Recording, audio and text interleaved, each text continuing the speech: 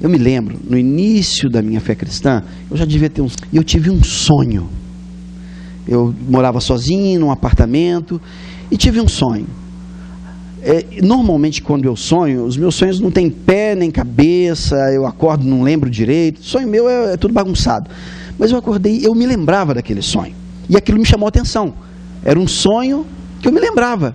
E tinha uma história. E era uma história que eu não entendia muito bem. Mas eu falei, eu acho que esse sonho é um sonho diferente. Eu não conseguia interpretar aquela história, eu não conseguia compreender muito bem aquela história. E eu tinha uma vizinha, que era também cristã, e era uma amiga de oração, o nome dela é Rose. E eu contei para ela aquele sonho. Falei assim, Rose, tive um sonho diferente, e eu não sei se é um sonho de Deus, ou se não. Ela, me conte o seu sonho. E eu contei. E o sonho era mais ou menos assim. Eu estava no cais de um pequeno porto. Eu não sei se era o porto de um rio ou o porto de um mar, mas era um pequeno cais no porto. E era um lugar escuro, com os barcos quebrados ali. E eu estava com os meus amigos do passado, dos amigos que eu tinha quando eu não conhecia o Senhor. E ali a gente estava bebendo, se drogando, fazendo umas brincadeiras despropositais e passando o tempo ali num ambiente muito escuro. Era como se fosse muito tarde da noite e era como se não houvesse uma iluminação, uma ou outra luz muito fraca, e era uma penumbra naquele lugar ali, naquele lugar frio, úmido. E estávamos ali. E em determinado momento eu olho para o lado da terra assim, e vejo que atrás tinha uma construção. Era um prédiozinho, um pequeno prédio, não era um prédio novo, e tinha luz dentro do prédio, e por algum motivo eu começo a caminhar para dentro daquele prédio. Eu me dirijo, eu largo aquelas pessoas que ali estavam e abro aquela porta e vejo que tinha luz e entro. E eu começo a caminhar. À medida que eu ia caminhando, ia ficando mais claro, ia tendo mais luzes, as paredes iam ficando mais claras. Elas começavam um pouco sujas, mas elas iam clareando, iam ficando mais claras, o piso ia ficando mais regular, e eu achando aquilo interessante, continuei caminhando. Em determinado momento eu começo a cruzar com pessoas, e essas pessoas estavam fardadas como que soldados, e eu as conhecia, algumas delas eram pessoas que eu havia conhecido e que estavam servindo o Senhor como cristãos em alguma igreja. Aí eu cruzava com um, cruzava com outro, e essas pessoas passavam assim, relativamente apressadas, como se estivessem trabalhando, como se estivessem fazendo alguma coisa, e estavam fardadas como que soldados. E eu passava, as pessoas passavam por mim, ô Luciano, tudo bem? Que bom que você está aqui. E eu falei, mas aonde é que eu estou? E eu ia caminhando, ia clareando, e eu cruzava com alguns me abraçavam, diziam, que bom que você veio, e eles fardados, eu falei, onde é que eu estou, que lugar é esse? E fui caminhando, até que tudo virou uma grande luz, e eu saí em algum lugar. E quando eu saí, eu me vi como eu era mesmo, eu olhei, eu já não estava com aquela roupa que eu estava antes, eu estava com uma camiseta branca, eu estava com uma bermuda jeans, eu sempre gostei de bermuda jeans, né? Ainda hoje eu uso bermuda, eu pego a calça jeans, corto. Meu filho fala, isso é coisa de gay, que hoje em dia a moda é a bermuda lá pescando siri, né? Nos anos 80 a bermuda era mais curta, e eu ainda gosto assim, isso é coisa de gay, pai, bermuda na coxa. Aí eu lembro que eu estava de bermuda, com tênis, e muito feliz, eu estava muito feliz, com aquela roupa assim, muito jovial, uma bermuda rasgada, mas eu estava muito feliz naquele lugar, e eu estava dentro de um jipe, e alguém dirigindo o jipe do meu lado, como se fosse um amigo, que ao mesmo tempo era um assistente, e eu de cá, e quando eu percebi, nós estávamos andando com esse jipe, numa loja como se fosse um Leroy Merlin, uma loja de materiais de construção, E tinham tubos, vários tubos, como nessas lojas grandes de departamento, que é bem alto e tem que você pegar com uns carrinhos que sobem. E esse jeepzinho ia passando, e eu para aqui, aí eu pegava cano ali, ia andando, e a gente ria e se divertia. E eu pegava cano ali, pegava cano aqui, virava, pega lá. E aí eu fui embora com o jeep, cheio de cano. Falei, que é isso, gente? Que história maluca é essa? E quando eu terminei de contar essa história, esse sonho, a minha amiga Rose estava chorando. E ela falava assim, Luciano, essa é a história da sua vida. Essa é a história da sua vida. Esse lugar que você decidiu entrar foi o dia que você entrou na igreja. Foi o dia que você mudou o seu caminho. Essas pessoas são os soldados de Cristo. Aqueles que já estão caminhando, já estão trabalhando para o Senhor. E o lugar que você saiu no seu ministério. Você vai ser pastor um dia. Você vai construir igrejas. Você vai ser um construtor de igrejas. Você vai sair do outro lado. Vai ter pessoas para te ajudar. E esses tubos é onde vai passar a água do Espírito Santo. E vai inundar a vida de muitas pessoas. Vai ser canais. Você vai trabalhar construindo canais. Vai trabalhar para Deus, cara. E eu fiquei muito feliz em ouvir aquilo. Mas nessa história toda, o que me chamava muito a atenção era a grande transposição, que era muito clara naquele sonho, das trevas para a luz. Antes eu estava vivo, eu estava vivendo, mas era um ambiente de trevas, onde eu não via as coisas, e eu sequer percebia a sujeira aonde eu estava, porque eram trevas. E quando eu saí naquele outro lugar, era tudo muito claro, era muita luz, não tinha como ter alguma sujeira, porque qualquer sujeira, ela era facilmente perceptível, porque era a luz que brilhava, a luz de Deus. A luz de Deus tem um nome, ela se chama Jesus. Jesus é a luz que Deus mandou para iluminar o seu caminho, o meu caminho, o caminho de todos aqueles que quiserem, de todos aqueles que caminharem. A nossa vida é uma caminhada, a sua vida é uma caminhada.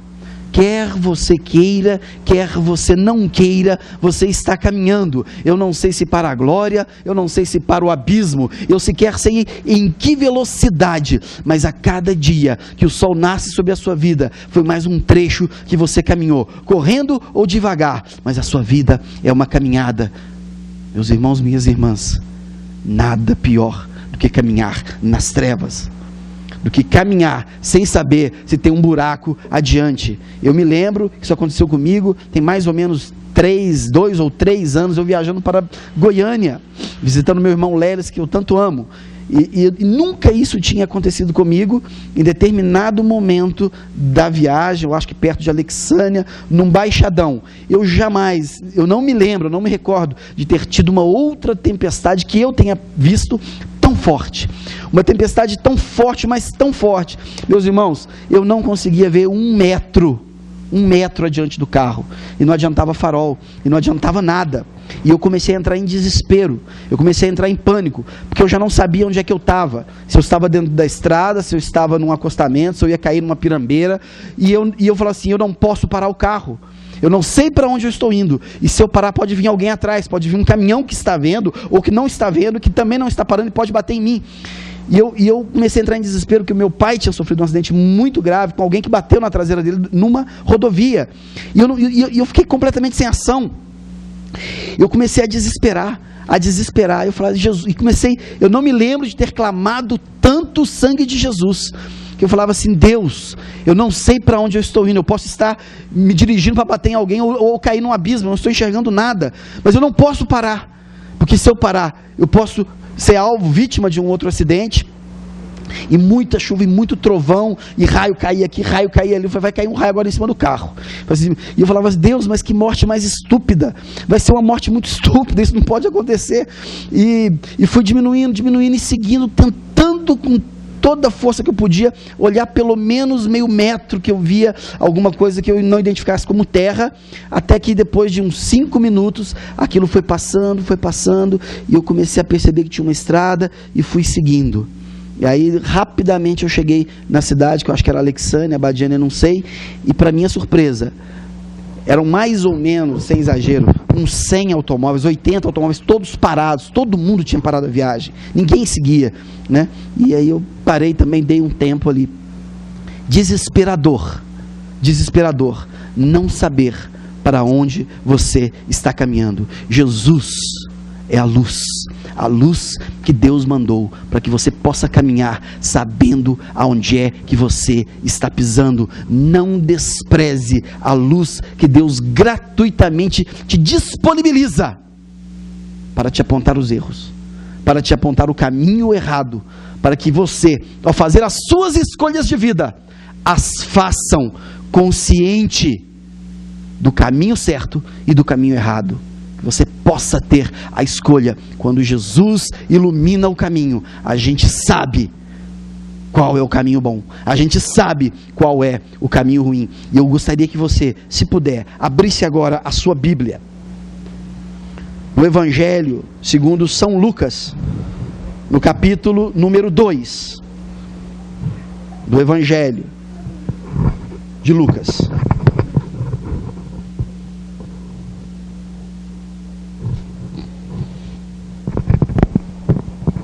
E eu quero ler com você a palavra do Senhor nesta manhã, no Evangelho escrito por Lucas, no capítulo 2, a partir do versículo número 25. E nós faremos a leitura do versículo 25 até o versículo 33. Esse início do Evangelho de Lucas, ele tira todo ele para contar sobre o nascimento de Jesus Cristo, os momentos que antecederam ao seu nascimento, sua concepção, gestação, nascimento e etc. E aqui ele diz o seguinte, que em Jerusalém morava um homem chamado Simeão. Ele era bom e piedoso e esperava a salvação do povo de Israel. O Espírito Santo estava com ele. E o próprio Espírito tinha lhe prometido que antes de morrer, ele iria ver o Messias, enviado pelo Senhor. Simeão, guiado pelo Espírito Santo de Deus, foi até o templo. Quando os pais levaram o menino Jesus ao templo para fazer o que a lei manda, Simeão pegou o menino do colo e louvou a Deus. Você deixaria? Você com um bebê de 7 dias, entrando na igreja, de repente um velho gagá toma o menino da sua mão, e ele pega aquele menino, e ele olha para aquele menino, velhinho, e ele diz o seguinte: agora, Senhor, cumpriste a promessa que fizeste, e já podes deixar esse teu servo partir em paz, pois eu vi com os meus próprios olhos a tua salvação, que preparaste na presença de todos os povos, uma luz para mostrar o teu caminho a todos os que não são judeus, e para dar glória ao teu povo de Israel. O pai e a mãe do menino ficaram admirados com o que Simão disse a respeito da criança.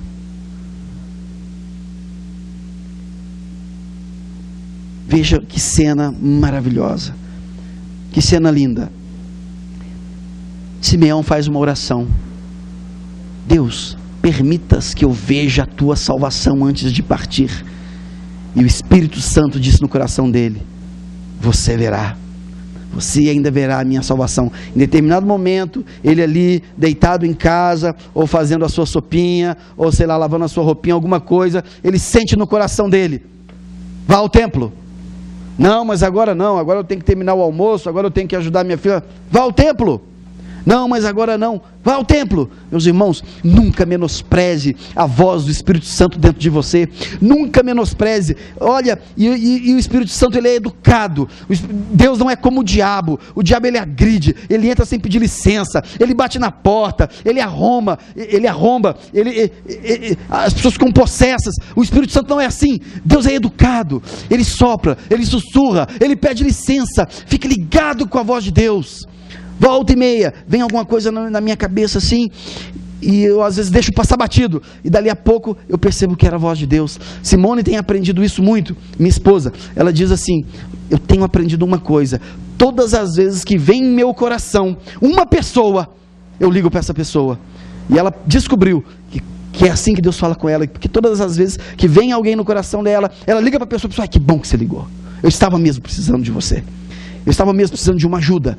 Que bom que você ligou. Quem que falou para você me ligar? O que te faz me ligar? Um amigo secreto do Natal. Eu vou ganhar um presente dele no Natal, chama Jesus. Um amigo secreto pediu para eu te ligar. O que está acontecendo? Nunca menospreze a voz de Deus. Você que busca o Senhor, você que busca Deus, Deus mora dentro de você. Deus não escolheu habitar em templos construídos por mãos humanas. Ele escolheu habitar dentro do coração do homem. Portanto, Deus está dentro de você. Você é templo do Espírito Santo de Deus. Preste atenção. Preste atenção. Deus fala, Deus guia, Deus orienta, Deus te leva, Deus te mostra. Deus é a luz que nos mostra o caminho por intermédio de Cristo Jesus.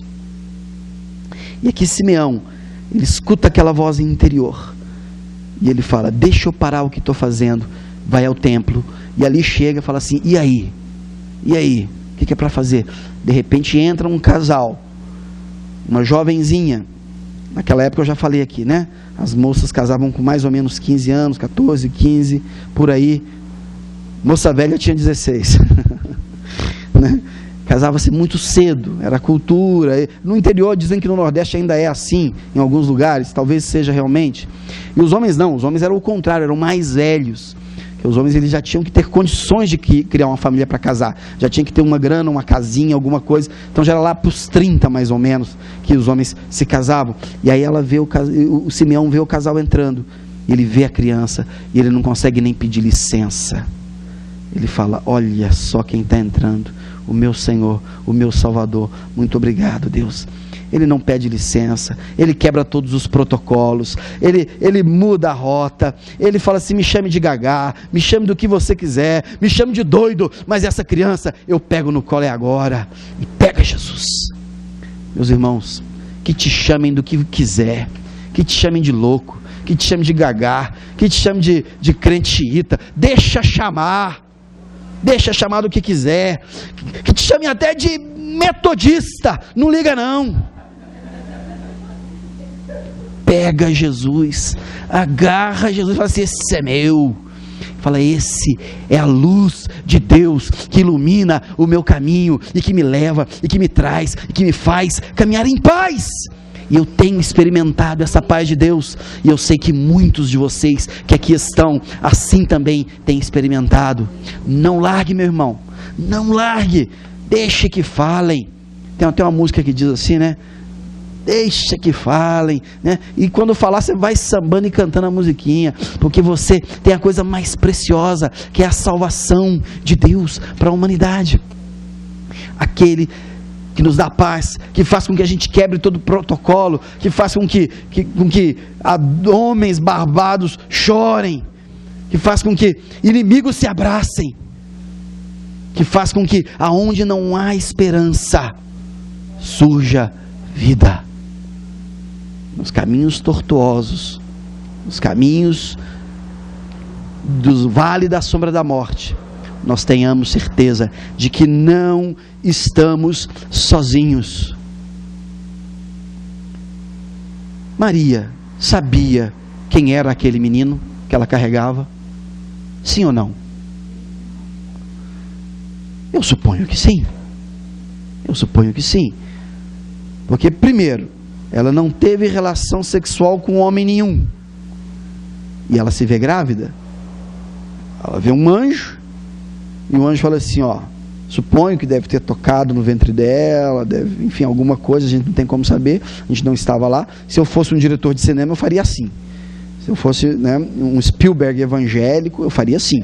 Eu faria assim, para ficar uma coisa até romântica, eu faria assim. Eu faria o anjo vir assim, com aquela asa assim, abraçá-la, dava um abraço bem carinhoso, e as asas dele vindo assim, tampando assim, né, a glória de Deus toda, tal, e aí dali a pouco as asas se levantam assim, né, a asão, e ele começa a voar, flá, flá, flá, flá, flá, flá, flá, e as penas caindo para todo lado, né.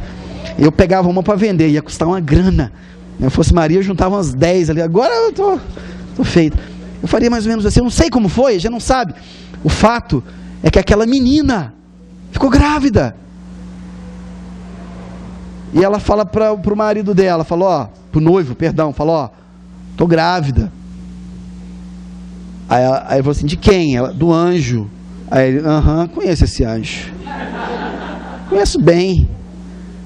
Bem, anjão. Famoso por aqui. Como é que é o nome desse anjo? Ricardo. Era o anjo Ricardão. Conheço bem. E o que ele resolve fazer? José tinha duas opções. Ele podia, como homem, ele podia manchar o nome dela, ou manchar o nome dele, mas ele amava Maria, e ele falou, o nome dela eu não mancho, eu mancho o meu nome, e diz que ele resolve fugir, embora de madrugada. A lei permitia que ele pegasse, abrisse a boca e dissesse, ela está grávida, e não é meu, ela seria envergonhada. A lei, pela lei, até poderia ser apedrejada, que a lei judia permitia isso. Ele poderia falar, ela está grávida, e esse menino não é meu, eu não fiz nada, eu não encostei nela, e ele a envergonharia.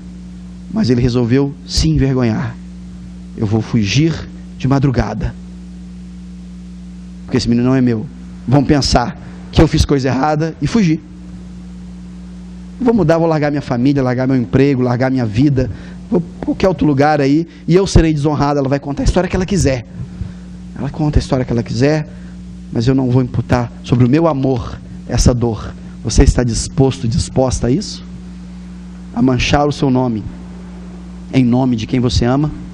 José é um grande exemplo de humildade, não arrogância. Ele resolve ir embora, e na noite que ele estava indo embora, ele teve um sonho. Aparece um anjo e fala assim, José, não vá, a história que ela está contando é verdade, ela vai realmente conceber, ela realmente concebeu e vai ter um filho da parte de Deus. E ele acorda com aquilo e passa a acreditar na história, e vira o mais lindo de todos os pais de criação que a gente poderia ter, e toma conta daquele filho que não era dele, como se dele fosse, com todo carinho, ensinando o ofício do pai. Maria, José, eles já sabiam que aquele menino era muito especial, e na noite que o menino nasceu, eles também tiveram provas de que aquele menino era muito especial, porque o que aconteceu? Vieram os 3 reis magos? Vieram os 6 reis magos ali para dar presente? É isso? Não, a Bíblia não conta isso. Primeiro, a Bíblia não fala que eram reis, fala só que eram magos. Os reis, não sei quem que colocou essa história. Outros dão até os nomes, ninguém estava lá para saber os nomes, não é registrado em hora nenhuma. Não tem nenhuma outra literatura que nos dê um embasamento para saber o nome. E não diz que era rei, diz só que era mago. E não chegou na noite do nascimento também, chegou depois, o menino já era grande quando chegou. Porque o menino nasceu, eles viram a estrela e caminharam 1 ano para chegar. O menino já tinha 1, 2 anos quando chegaram. E isso está relatado dessa maneira aqui. Mas às vezes a gente até lê e não vê, porque está acostumado com uma historinha bonitinha que aparece na televisão.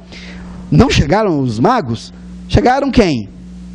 Os pastores, que estavam ali tomando conta do rebanho, e de repente eles veem um anjo, se assusta, quer dar flechada, o que faz? Então diz, não, calma, eu sou anjo da parte de Deus, não vou fazer nada não, eu vim dizer o seguinte, vá até ali, tem um menino que nasceu, vão lá adorá-lo, ele é filho de Deus. Filho de Deus, fala assim, a prova que eu estou falando, e o anjo fala, a prova que eu estou falando é verdade. Na hora que vocês entrarem ali, naquele lugar, onde não é uma maternidade, menino não nasce ali dentro, a prova que eu estou falando é verdade. Vocês vão entrar lá e vão ver um menino enrolado em pano, numa cocheira. Essa é a prova que eu estou falando a verdade. E chegam todos lá, e olham, e veem um menino numa cocheira. Fala, era verdade. Então esse é o Filho de Deus, e louvam a Deus. E diz aqui que eles cantam louvores. Eu acho que eles estavam cantando, inclusive eles cantaram naquela época aquela música famosa, abençoa, né? Abençoa, né? Tal, e aparece Léo Vox, tal, com luzes, abençoa, né? E os anjos todos, né? Ali cantam hinos que eles conheciam na época, não sei quais são, se perdeu. A gente só tem as letras. As letras estão aonde? Cadê o Inário? Cadê as letras? Salmos. O livro de Salmos são as letras dos hinos da época. Os salmos são as músicas, tá? A partitura se perdeu, ficou só a letra. A partitura nós não temos mais. Então eles cantaram algum salmo, não sei qual desse salmo, talvez o Salmo 23, não sei, o Senhor é o meu pastor, sei lá, ou o Salmo 127, que foi recitado aqui, né? Se o Senhor não edificar a casa, em vão trabalha os que a edificam. Alguma coisa foi cantada. Maria e José sabiam que o menino era especial.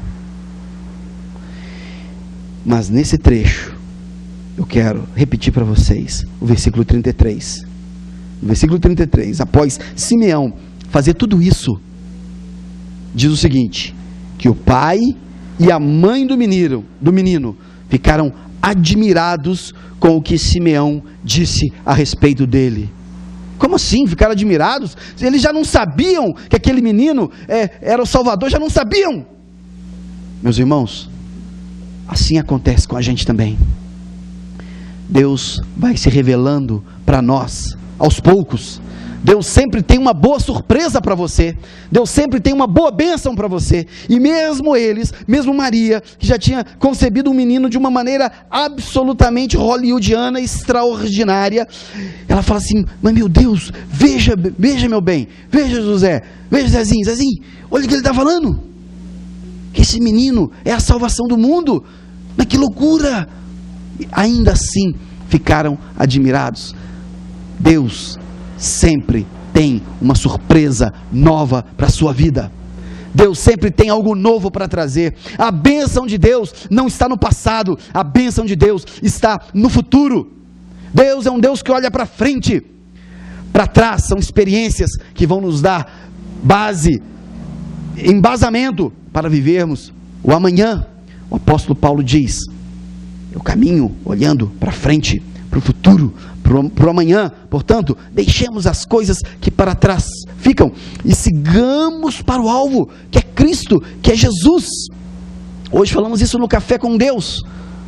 Se você, na história da sua vida, tem algum capítulo que foi traumático e que foi desagradável e que lembra mais um filme de terror, escreva um novo capítulo lá para frente, um capítulo que seja uma bela poesia em louvor ao nome do nosso Deus, que te dá a salvação, e que te abençoou, e que te abençoa, e que não tenha dúvida, Ele vai te abençoar. Ele é um Deus que nos surpreende. Está escrito bem pequenininho e no rodapé, mas talvez dê para ler. Deixe Jesus surpreender você. Talvez você não saiba disso, eu vou contar agora. É o slogan da nossa igreja, dessa comunidade. Esse é o nosso slogan. Deixe Jesus surpreender você, porque Ele está sempre nos surpreendendo. Às vezes nós pensamos que nós já vimos tudo. Às vezes nós pensamos que já recebemos tudo. Às vezes nós pensamos que o estoque de bênçãos celestiais já estão vazios, e que se nós formos lá abrir a nossa portinha de bênção, acabou. Não acabou. Deus tem muito para te surpreender, tem muito para te dar. Caminhe com a luz do mundo, que é Jesus. Caminhe com Jesus iluminando o seu caminho, e você verá que muitas coisas boas estão por vir. Muitas coisas virão. Vamos ficar de pé.